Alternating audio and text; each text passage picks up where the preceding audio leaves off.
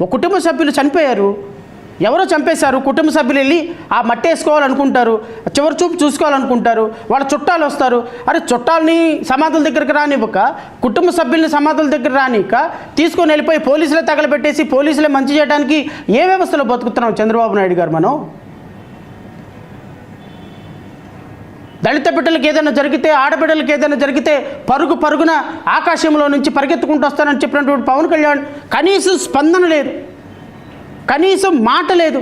ఈ రాష్ట్రంలో ఎవరికి ఏం జరిగినా కూడా బాధ్యత వహించాల్సిన హోమ్ మినిస్టర్ కనీసం ఖండన లేదు, కనీసం స్పందన లేదు, కనీసం ఆ కుటుంబాన్ని పరామర్శించే బాధ్యత లేదు.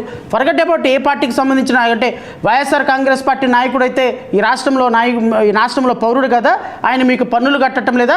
ఆయన కట్టిన పన్నుల్లోంచి మీరు జీతాలు తీసుకోవటం లేదా? ఫస్ట్ మీరు ఆంధ్రప్రదేశ్ రాష్ట్రంలో ఉన్న ప్రతి కార్యకర్తకి కూడా, ప్రతి వ్యక్తికి కూడా మీరు ఉప ముఖ్యమంత్రి, మీరు హోమ్ మినిస్టర్ అన్న విషయం గుర్తుపెట్టుకోండి. మీరు కేవలం తెలుగుదేశం పార్టీకి మాత్రమే ఉప ముఖ్యమంత్రి, హోమ్ మినిస్టర్ కాదు, ముఖ్యమంత్రి కాదు. రాష్ట్రంలో ఉన్న ప్రతి ఒక్కరికి మీరు ముఖ్యమంత్రి, ఉప ముఖ్యమంత్రి, హోమ్ మినిస్టర్. ఎవరికి ఏదైనా అన్యాయం జరిగితే చట్ట ప్రకారం వాళ్ళకి రావాల్సినటువంటి హక్కులు ఇవ్వవలసిందిగా మీరు ఆదేశించాలి. ఆ ప్రభుత్వం మీ చేతుల్లో ఉంది, ఆ వ్యవస్థ మీ చేతుల్లోనే ఉంది. మీరు అది ఇవ్వటం మానేసేసి ఆయన రాజకీయ కార్యకర్త, ఆడొక సామాన్యుడు, ఆడికి మేమెందుకు ఇవ్వాలి ఏంటి? What kind of administration is this? So నేను ఈ ప్రభుత్వాన్ని హెచ్చరిక జారీ చేస్తున్నాం. మీరు కనుక చనిపోయినటువంటి కుటుంబానికి వ్యక్తికి పూర్తి స్థాయిలో చట్టం ప్రకారం ఆయనకు రావాల్సినటువంటి బెనిఫిట్స్ మొత్తం ఇవ్వకపోతే, ఆ హత్యలో పాల్గొన్నటువంటి నిందితులందరి మీద 302 కేసు కట్టకపోతే, ఇంక్లూడింగ్ ఎమ్మెల్యే ఎరపతినేని శ్రీనివాసరావు మీద కూడా ఖచ్చితంగా మేము న్యాయ పోరాటం చేయాల్సి వస్తుంది, రాజకీయ పోరాటం చేయాల్సి వస్తుంది. మేము ఖచ్చితంగా డీజీపీ ఆఫీస్ దగ్గర వచ్చి కూర్చుంటాం బాధితులతో పాటు. ఖచ్చితంగా ఆ బాధితుల తరపున కోర్టులో కేసు వేస్తాం.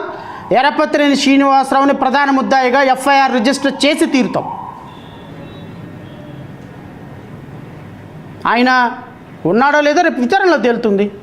నిజంగా ఆయన ఉన్నాడని తెలిస్తే ఆగిపోతుంది. ఒకవేళ సపోజ్ మీరు కనుక అబ్బెబ్బెబ్బెబ్బే మావాడ అస్సలు అత్యంత నీతిమంతుడు, మావాడికి ఏమి లేదని తెలిసినా 2029లో అయినా ప్రధాన నిందితుడిగా ఎరపతినేని శ్రీనివాసరావు ఈ మర్డర్ కేసులో ఉండి తీరుతాడు. ఎందుకు అంటే, మాకున్న సమాచారం మేరకు ప్రాథమికంగా నేను ప్రెస్ మీట్కి వచ్చే ముందు కొంత గ్రౌండ్ లెవెల్లో నేను కూడా ఒక రిపోర్ట్ తెప్పించుకుంటాను.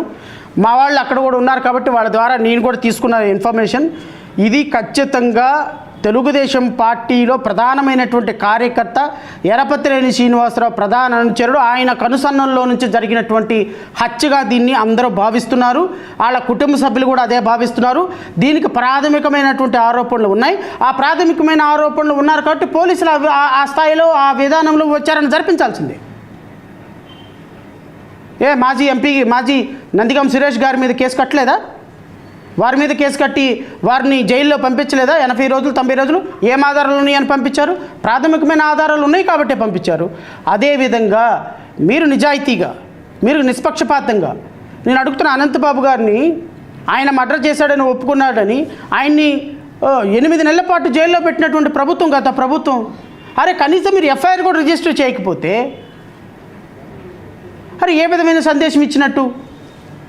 సో కాబట్టి నేను ఈ ప్రభుత్వాన్ని హెచ్చరిస్తున్నా, మీరు కనుక ఈ విషయంలో కనుక నిష్పక్షపాతంగా, నిజాయితీగా ఉండకపోతే రాష్ట్ర వ్యాప్తంగా దళిత ఉద్యమాలు ఏకమవుతాయి. రాష్ట్ర వ్యాప్తంగా దళితులందరూ కూడా ఖచ్చితంగా మీ యొక్క ప్రధాన కార్యాలయాన్ని, డీజీపీ కార్యాలయాన్ని ముట్టడించడం మాత్రం ఖచ్చితంగా జరుగుతుంది. డీజీపీ గారిని కోరుతున్నా, మీరు నిజాయితీగా, నిష్పక్షపాతంగా దీన్ని కనుక విచారణ జరిపించి ఆ బాధితులకు రావాల్సిన కలెక్టర్ గారిని కూడా కోరుతున్నా, నేను పల్నాడు జిల్లా కలెక్టర్ గారిని కూడా, మీరు నిజంగా నిజాయితీగా వారికి రావాల్సిన హామీలు ఇవ్వకపోతే ఖచ్చితంగా ఇది ఒక పెద్ద ప్రజా ఉద్యమంగా తయారవుతుంది. ఈ ప్రజా ఉద్యమం మీ ప్రభుత్వాన్ని హరించే విధంగా అయితే మాత్రం ఉండబోతుంది.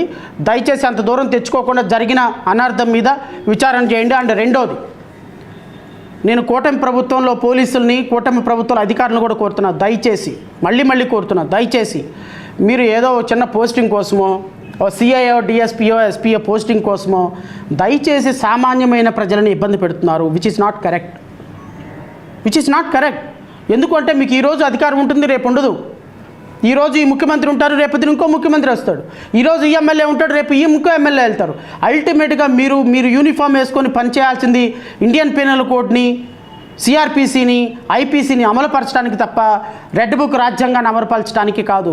రెడ్ బుక్ రాజ్యాంగం ఏమైపోద్దండి?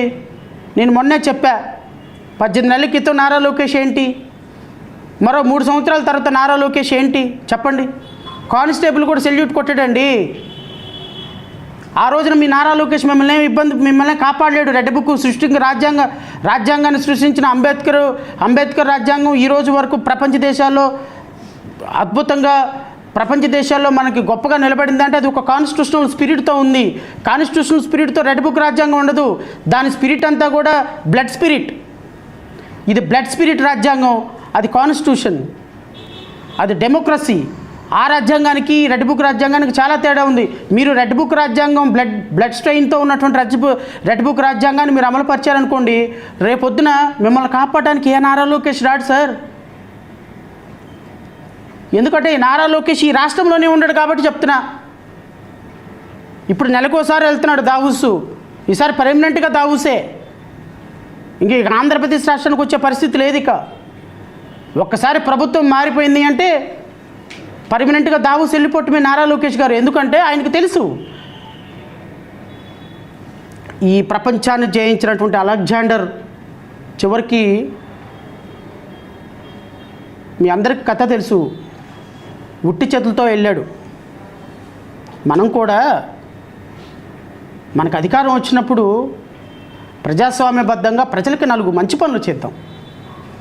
ప్రజలు కష్టాల్లో ఉన్నారు, కన్నీళ్ళలో ఉన్నారు, పిల్లలు ఉద్యోగాలు కావాలంటున్నారు. రాష్ట్రంలో శాంతి భద్రతలు కాపాడి 10 మంది చేత గొప్ప అనిపించుకోవాలి. కానీ ఇదేం రాజ్యాంగం నాకు అర్థం కాలేదు. రెడ్ బుక్ రాజ్యాంగం, రెడ్ బుక్ రాజ్యాంగం అంట 3 పేజీలే అయినాయి అంట, ఇంకా 97 పేజీలు ఉన్నాయంట.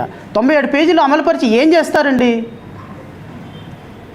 ఎవరో వైఎస్ఆర్సీపీ ఆ 97 పేజీలు మడిచి పెట్టుకోమన్నారు, సరిపోలా? ఏమవుతుంది? ఈరోజు సాల్మాన్ని చంపేశారు.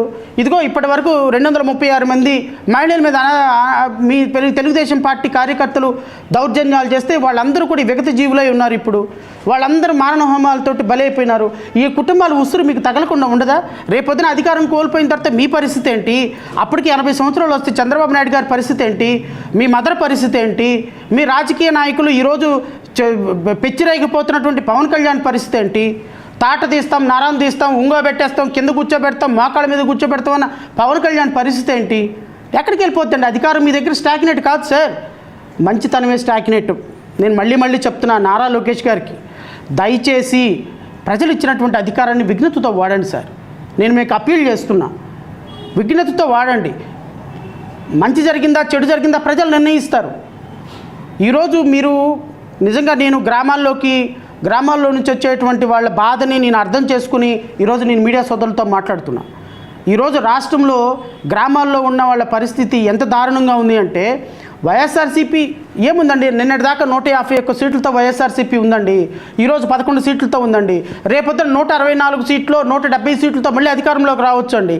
ఈ అధికారం ఈరోజు ఉంటుంది, రేపు ఉండదు, ఎల్లుండి ఉండదు. ఇది ఎప్పుడు శాశ్వతం కాదు. శాశ్వతమైంది ఏంటో తెలుసా? మీరు చేసిన మంచి శాశ్వతం. కూటమి ప్రభుత్వంలో పెద్దలను కోరుతున్నాను నేను. ఈరోజు మీరు అమాయకుల ప్రాణాలు తీస్తున్నారు. ఈరోజు అమాయకులైనటువంటి మహిళల యొక్క మాన ప్రాణాలను దోచుకుంటున్నారు. ఈరోజు చిన్నపిల్లల పట్ల అఘాయిత్యాలు చేస్తున్నారు. తెలుగుదేశం పార్టీ కార్యకర్తలు, జనసేన పార్టీ కార్యకర్తలు ఊళ్ళల్లో అమాయకుల మీద, ఆడపిల్లల మీద చేసే అఘాయిత్యాలకు అంతు లేకుండా పోతుంది.